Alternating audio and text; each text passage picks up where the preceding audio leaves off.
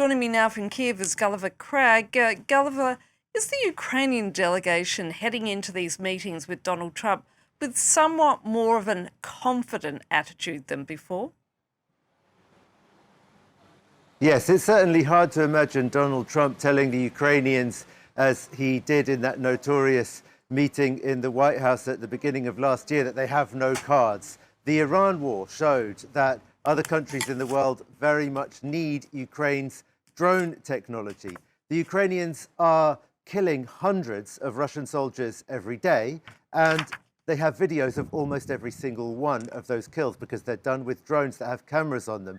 And the Defense Minister, Mikhailo Fedorov, has been saying that that is an invaluable source of data on which other countries can use that data to train their AI systems, to train their own operatives, and that's something that Ukraine can monetize. So those are sort of cards to play in the international arena. And then, of course, the news from the front line over the past 2 or 3 months has been much better than it was last year. Ukraine has actually taken back slightly more territory from Russia than Russia has taken from Ukraine in both May and April. So Ukrainians are hoping that trend's going to continue, and they've got good reason to be hopeful about that because they have started with what they're calling middle strikes, pretty much closing off many of the main arteries for Russian logistics in the occupied south of the country. They've bombed the bridges that connect mainland Ukraine to Crimea. They've been talking about turning Crimea back into an island again at the moment. As I understand it, the main way that Crimea is connected to mainland Russia, other than with pontoon bridges that regularly get taken out by Ukrainian drone strikes, is by the bridge that links Kerch in Crimea to mainland Russia, which the Ukrainians have targeted before and may well do again. So they rather feel that they've got the wind in their sails, but at the same time, it's quite easy to overstate. When we say that Ukraine has taken back more territory from Russia than Russia has taken from Ukraine, the traffic is not only in one direction. And in the crucial Donbass region, the Russians have moved in on the city of Konstantinivka, one of the key, until recently, Ukrainian-held cities in Donetsk region. It's now not clear whether that city can really be described as Ukrainian-held anymore. Its population has mostly fled. Large parts of it are in ruins, and there are Russian soldiers in many areas of the city. Some Ukrainians have even started talking about whether they can take back Konstantinivka rather than whether they can still defend it, suggesting it's very much contested now. So the Russian advance into Donbass region to try to take that remaining part of that region that Ukraine still holds is still very much ongoing, but not going nearly as fast as the Russians would like. Then, of course, there are these Ukrainian deep strikes into Russian territory. There was another one today at the closest oil refinery to Moscow. I'm sure Volodymyr Zelensky was very pleased to have pictures of that to show to the people that he's meeting in Evian-les-Bains as evidence of the success Ukraine is having in harming Russia's economy with what he calls the long-range sanctions. He wants, of course, the partners to keep applying and to apply more strictly their economic sanctions against Russia. And the news that Britain recently intercepted a tanker from what's known as the Russian Shadow Fleet in the English Channel,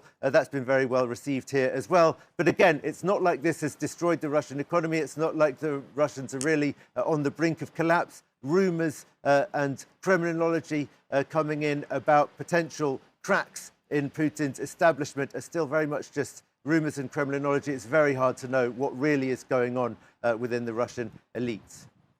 Now, given what you just said, at the end of the day, what are the Ukrainians expecting to come out of today's talks? Well, certainly they feel that they're on a stronger footing than they were before, but also the hope that they have in the capacity or willingness of Donald Trump to really do anything to influence the outcome of this war has really crumbled. There was a poll done, it's not scientific polling, but done by major Ukrainian media about what their expectations were. And I think only 9% of respondents responded to any of the questions that gave a glimmer of hope. Most of them said, we've already learnt from bitter experience that we can't expect anything from Donald Trump. He might say today, I think they're thinking that he's interested in achieving peace in Ukraine, but when he comes up against Vladimir Putin's intransigence, then he won't be willing to apply any additional pressure. And I think a lot of Ukrainians are thinking that the best they could hope really from the Americans is they will not try to hamper Ukraine's war effort by, for example, stopping intelligence sharing. Volodymyr Zelensky actually gave a little voice message to journalists after his meetings this morning in Evian. And although he did talk about hopes to get the peace process back on track, saying that they had wanted to invite the Russians, but the Russians hadn't wanted to come to the G7 summit for meetings on the margins of that. The Russians have denied that they received any invitation. Anyway, Volodymyr Zelensky was talking about the peace process, but he put more emphasis on smaller but nevertheless significant but much more concrete things that Ukraine is hoping to get out of these meetings. And they are, and he said all of the members of the G7 were willing to help with this, help with air defences, which mainly means ammunition and more systems for shooting down Russian missiles and rockets, and help with preparing for the winter. We may be just at the beginning of summer now, but Ukraine is already very worried about how it's going to get through the following winter, with much of its energy grid already very, very severely damaged, and the expectation that unless there's some kind of ceasefire, Russia will do the same again, hitting Ukrainian power stations and other energy installations this winter. And so they need fuel, they need more protection